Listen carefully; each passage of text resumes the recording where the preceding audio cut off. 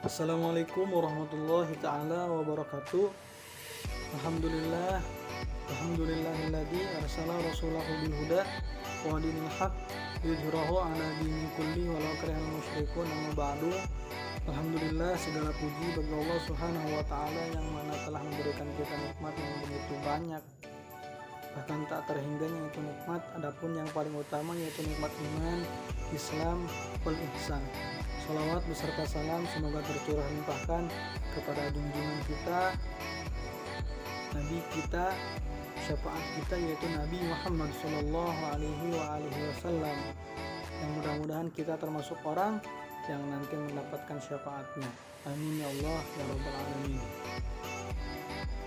Yang terhormat Bapak dosen pengampu mata kuliah pengantar studi Islam, yaitu Bapak Ahmad Sulaiman MAG, dan tak lupa kepada rekan-rekan sekalian yang mudah-mudahan insya Allah Allah muliakan. Alhamdulillah, pada kesempatan ini saya selaku kelompok 9 dalam mata kuliah pengantar studi Islam yang akan mempresentasikan hasil daripada diskusi kelompok 9, yang mana kelompok kami yaitu beranggotakan saya Muhammad Najib Wasi'an Mubarak dan rekan saya yaitu Muhammad Muhfaja Lutfan Mustafa. Oke, untuk mengefektifkan waktu langsung saja pemateri yang pertama yaitu saya sendiri yang akan menjelaskan pengertian tentang materi model studi Al-Quran. Jadi judul dari makalah kami yaitu tentang model studi Al-Quran. Sebelum kepada pengertian model studi Al-Quran, kita bahas dulu apa yang namanya itu Al-Quran. Semuanya pasti sudah tahu apa itu Al-Quran karena sering kita baca, sering kita lihat, dan bahkan sering kita aji tiap hari di rumah maupun di pesantren maupun di mana saja. Adapun saya hanya mengingatkan saja secara ilmiah, bisa dibilang secara ilmiah. Jadi Al-Quran itu adalah wahyu Allah Subhanahu wa Ta'ala yang diturunkan kepada Nabi kita Nabi Muhammad Sallallahu Alaihi Wasallam melalui perantara malaikat Jibril alaihissalam. Diturunkannya itu dalam secara berangsur-angsur, jadi tidak langsung sebreg 30 juz, tapi secara bertahap berangsur-angsur. Mungkin pembahasan saya sedikit mengenai Al-Quran, karena untuk lebih dalamnya nanti akan dibahas selanjutnya. Untuk selanjutnya yaitu fungsi Al-Quran. Fungsi Al-Quran itu saya jelaskan di sini terbagi menjadi 5 fungsi. Sebetulnya banyak fungsi-fungsi Al-Quran, namun saya hanya mengambil yang 5 ini saja yang menurut saya penting. Yang pertama, fungsi Al-Quran yaitu sebagai tuntunan serta hukum untuk menempuh kehidupan di dalam kitab suci Al-Quran atau Al-Quran. Terdapat hukum-hukum yang bertujuan untuk mengatur kehidupan umat manusia untuk dapat hidup bahagia, tentram, makmur, sejahtera, dan lain-lain. Di antaranya tuntunan dalam jinayat, muamalah, munakahat, faraid, dan jihad. Jadi dalam tuntunan ini terbagi lagi. Tuntunannya itu dalam bidang apa saja. Di sini dijelaskan yaitu ada 5 tuntunannya ada lima aspek.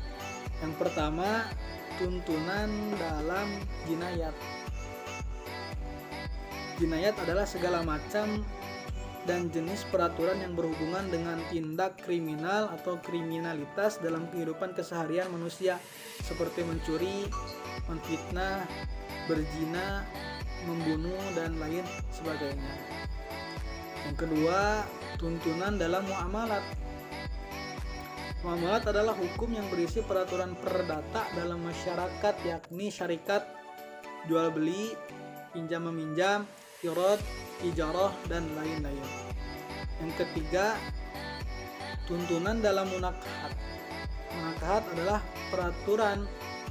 peraturan yang mengatur masalah pernikahan atau umumnya disebut dengan perkawinan. Jadi mengatur seperti halnya mas kawin, talak atau perceraian, rujuk, muhrim, dan lain sebagainya. Selanjutnya yang keempat, tuntunan dalam faraid. Jadi faraid adalah peraturan undang-undang yang mengatur pembagian harta pusaka atau lebih dikenalnya sebagai pembagian harta waris. Yang kelima, jihad. Jihad adalah segala bentuk aturan yang mengatur mengenai permasalahan perang. Misalnya seperti harta rampasan perang, tawanan perang, dan lain sebagainya. Itu fungsi Al-Quran yang pertama sebagai tuntunan. Selanjutnya, fungsi Al-Quran yang kedua yaitu sebagai petunjuk pada jalan yang lurus. Allah Subhanahu wa Ta'ala berfirman, sesungguhnya Al-Quran ini memberi petunjuk pada jalan yang amat lurus. Quran Surat Al-Isra ayat 9. Al-Quran memberikan petunjuk kepada jalan yang lurus, yaitu jalan mereka yang diberi nikmat serta diridhoi oleh Allah Subhanahu wa Ta'ala. Yang ketiga, fungsi Al-Quran yaitu sebagai obat, atau bahasa Arabnya syifa, artinya sama-sama yaitu obat. Al-Quran, Allah Subhanahu wa Ta'ala berfirman, dan kami turunkan dari Al-Quran sesuatu yang menjadi obat dan rahmat bagi orang-orang yang beriman, dan Al-Quran itu tidaklah menambah kepada orang-orang yang zalim selain kerugian. Quran Surat Al-Isra ayat 82. Dalam Al-Quran, salah satu keistimewaan darinya adalah mampu mengobati segala penyakit hati. Dalam ilmu pengetahuan adalah penyakit psikologis atau juga bisa disebut penyakit kerohanian. Jadi bangsa rohani, dan semua penyakit awalnya bersumber dari hati dan lingkungan hanya sebagai pendukung. Selain itu, Al-Quran merupakan penyembuh penyakit jasmani, yaitu dengan cara melaksanakan resep hidup sehat yang diperintahkan oleh Al-Quran. Selanjutnya, fungsi Al-Quran yang keempat yaitu sebagai penjelas masalah-masalah yang pernah diperselisihkan oleh umat terdahulu. Kita harus menyadari bahwa mereka umat-umat terdahulu diajab oleh Allah di dunia dengan ajab yang dahsyat, yang sangat mengerikan bila dibayangkan adalah karena mereka mendurhakai, membangkang, dan mendustakan Rasul yang diutus oleh mereka. Mereka mengingkari kebenaran yang disampaikan kepada mereka meskipun telah nyata bukti-bukti kebenaran di hadapan mereka. Itu adalah yang terjadi pada umat-umat terdahulu sebelum diutusnya Rasulullah SAW. Al-Quran menerangkan tentang masalah-masalah yang pernah terjadi pada umat terdahulu untuk dijadikan ibrah atau pelajaran, dan untuk memberikan hikmah serta membaca mata kita akan kesudahan orang-orang yang zalim atau berakhirnya orang-orang yang zalim. Selanjutnya, fungsi Al-Quran yang kelima yaitu mengganti dan menyempurnakan kitab-kitab yang telah diturunkan sebelumnya, seperti kitab Taurat, Injil, Zabur. Jadi sebagai penyempurnanya itu dari kitab sebelumnya, yaitu kitab Al-Quran. Jadi sudah komplit dalam Al-Quran itu. Al-Quran merupakan kitab yang sempurna yang di dalamnya termuat dan membenarkan isi dari kitab-kitab terdahulu dan juga menyempurnakan kitab-kitab terdahulu, sehingga Al-Quran berfungsi untuk menggantikan kitab-kitab terdahulu karena kebanyakan kitab-kitab terdahulu telah banyak tercampur oleh ulah kotor tangan manusia. Makanya untuk sekarang diragukan kebenaran-kebenaran kitab-kitab terdahulu seperti kitab Injil, Taurat, Zabur, karena sudah dikotori oleh tangan-tangan manusia yang isinya banyak dirubah, tidak standar ori seperti dulu. Sebagaimana firman Allah dalam Al-Quran surat Al-Maidah, dan kami telah turunkan kepadamu Al-Quran dengan membawa kebenaran, membenarkan apa yang sebelumnya, yaitu kitab-kitab yang diturunkan sebelumnya, dan batu ujian terhadap kitab-kitab yang lain itu. Maka putuskanlah perkara mereka menurut apa yang Allah turunkan, dan janganlah kamu mengikuti hawa nafsu mereka dengan meninggalkan kebenaran yang telah datang kepadamu untuk tiap-tiap umat di antara kamu. Kami berikan aturan dan jalan yang terang. Selanjutnya itu fungsi Al-Quran yang 5 sudah dijelaskan. Selanjutnya yaitu esensi Al-Quran. Esensi Al-Quran yang besar terpendam dalam hidayah, akidah-akidah yang berisi bentuk ibadah-ibadah yang sempurna, akhlak-akhlak yang mulia, aturan hukum yang adil, juga terkandung dalam pengajaran-pengajaran untuk membangun masyarakat yang unggul dan perundang-undangan negara yang kokoh. Kita perlu menyadari bahwa seandainya umat Islam memperbaharui keimanan mereka dengan kandungan esensi kitab yang mulia ini, disertai penyegaran kembali dalam menetapi tanggung jawab dan ketaatan pada perintah-perintah dan pengarahan-pengarahan ketuhanan yang arif dan bijaksana, niscaya mereka akan menemukan apa yang mereka butuhkan dalam kehidupan dengan nuansa jiwa yang suci, kuatnya sistem politik, administrasi, dan pertahanan militer, juga kekayaan dan peradaban serta nikmat yang tak terhitung dan tak terbatas.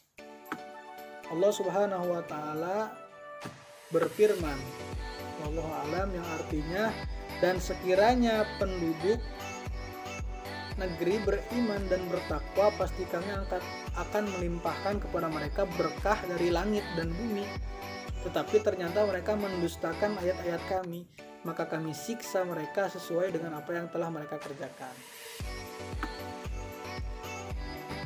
Apabila umat Islam mengharapkan kebaikan, perdamaian, dan kemuliaan ada pada diri dan masyarakat mereka, maka umat Islam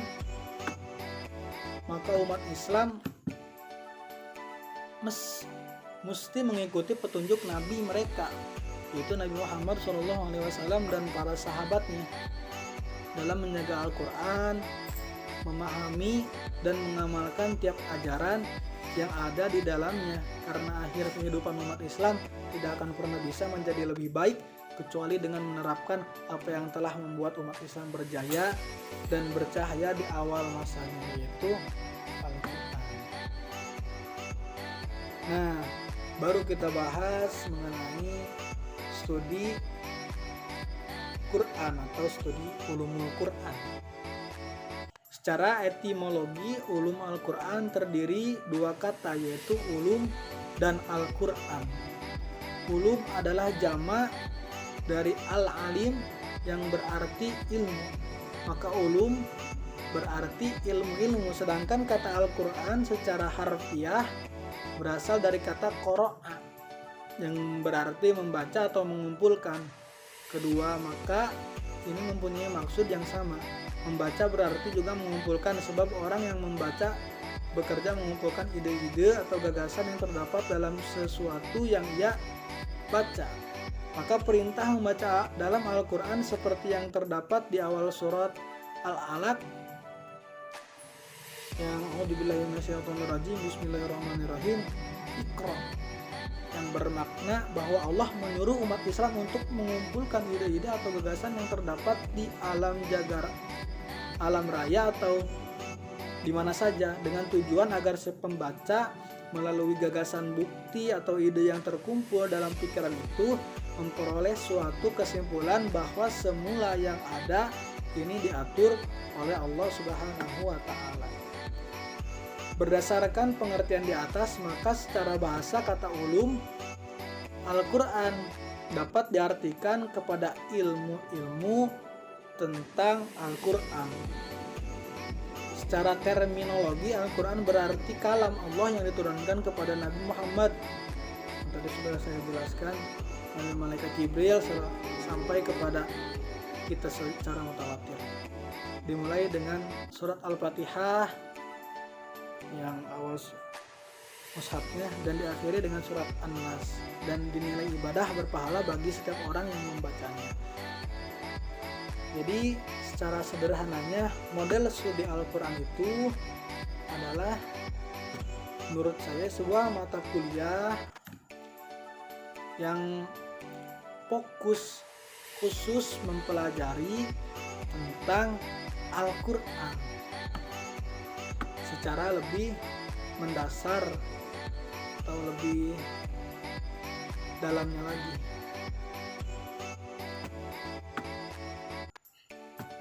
Atau di sini dijelaskan ulum Al-Quran secara istilah bermakna segala ilmu yang membahas tentang kitab yang diturunkan kepada Nabi Muhammad SAW yang berkaitan dengan turun, bacaan, kemukjizatan, dan lain sebagainya.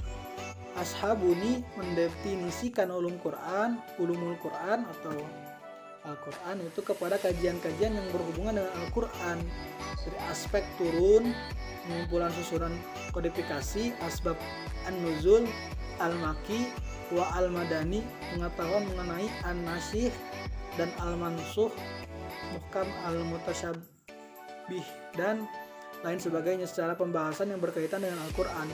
Menurut Az-Zarqani, ulumul Quran adalah kajian yang berhubungan dengan Al-Quran dari aspek turun, susunan, pengumpulan, tulisan bacaan, tafsir, mujizat, nasih, wal mansuh, menolak subhat darinya, dan lain-lain. Jadi apa saja ilmu yang berkaitan dengan Al-Quran adalah termasuk dalam perbincangan ulumul Quran. Bisa sesuatu yang dibahas mengenai Al-Quran diperbincangkan dalam mata kuliah ini, dalam materi ini. Dari definisi yang ada tersebut, ada perbedaan redaksi antara para ulama yang satu dengan ulama yang lain. Walaupun ada perbedaan, penulis melihat ada maksud yang sama balik antara Ashabuni maupun Az-Zarqani, yakni bahwa ulum Quran adalah sejumlah pembahasan yang berkaitan dengan Al-Quran. Selanjutnya yaitu akan dilanjutkan oleh rekan saya, yaitu Muhammad Fajarud Panmustofa. Kepadanya kami persilahkan. Assalamualaikum warahmatullahi wabarakatuh. Saya akan melanjutkan dari bagian Haji Mubarak. Sini saya akan menjelaskan bagian C, metode tafsir Al-Quran. Ulama selalu berusaha untuk memahami kandungan Al-Quran sejak masa ulama salaf sampai masa modern. Dari sekian lama perjalanan sejarah penafsiran Al-Quran, banyak ditemui beragam tafsir dengan metode dan corak yang berbeda-beda. Dari sekian banyak macam-macam dan tafsir, ulama coba membuat mengklasifikasikan tafsir dengan sudut pandang, yaitu ada M. Quraish Shihab dalam bukunya Membumikan Al-Quran membagi tafsir dengan melihat corak dan metode menjadi tafsir yang bercorak, maksur, dan tafsir yang menggunakan metode penalaran yang terdiri dari metode tahlili dan maudhu'i. Al-Famawi membagi tafsir dari segi, sedangkan metode tahlili dibagi menjadi beberapa cara tafsir, yaitu ada tahlili. Kata tahlili adalah bahasa Arab yang berasal halala yuhalilu tahlilan, yang berarti analisis atau detail, analising, menganalisa atau mengurai, dan kata tahlili berarti analisis Metode tahlili yang dinamai Al-Bari Asyhadar sebagai metode tajzi adalah satu metode tafsir yang mufasirnya berusaha menjelaskan kandungan ayat-ayat Al-Quran berbagai segi dengan memperhatikan runtunan ayat-ayat Al-Quran sebagaimana tercantum di mushaf. Dengan generasi Nabi, sahabat maupun tabi'in, terkadang pula diisi dengan uraian-uraian kebahasan dan materi khusus lainnya.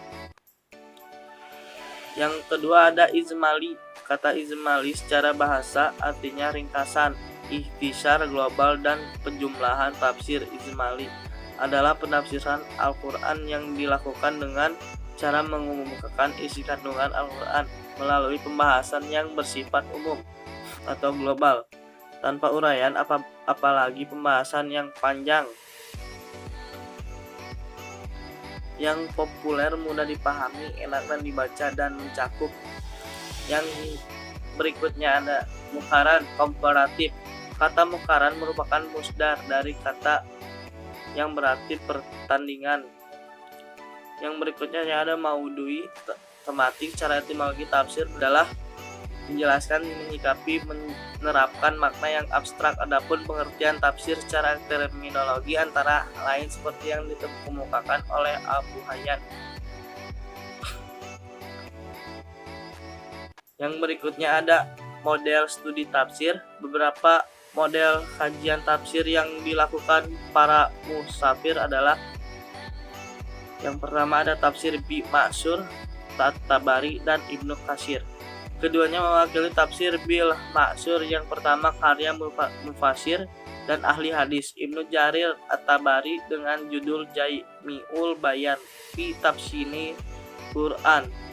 Tafsir ini berisi penjelasan ayat-ayat dengan riwayat hadis Nabi, pendapat para sahabat dan tabi'in. Kedua karya tafsir yang ditulis Ibnu Katsir merupakan ahli hadis dan sejarawan yang berjudul Tafsirul Al-Quran Adim dan terkenal dengan judul Tafsir Ibnu Katsir. Yang berikutnya ada tafsir Biroji Ar-Razi. Contohnya model penafsiran ini ditulis oleh Fakhruddin Ar-Razi dengan judul Mafatihul Ghaib, yang merupakan tafsir komprehensif menjelaskan ayat-ayat dengan metode pendalaman logika. Berikutnya ada tafsir Ijmali Jalalain. Tafsir ini dimulai dari permulaan surat Al-Kahfi sampai akhir Al-Quran. Kemudian Al-Mahali penafsiran surat Al-Fatihah, dan setelah menyempurnakan ia meninggal dunia. Sisanya diteruskan oleh As-Suti dengan menggunakan teknologi pengarang sebelumnya.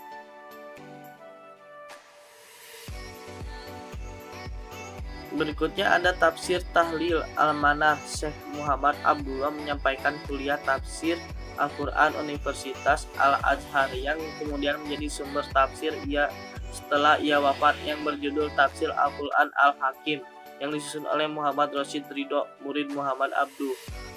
Tafsir ini populer dengan sebuah tafsir Al-Manar sebelumnya berasal dari majalah Al-Manar, diterbitkan secara serial dan periodik.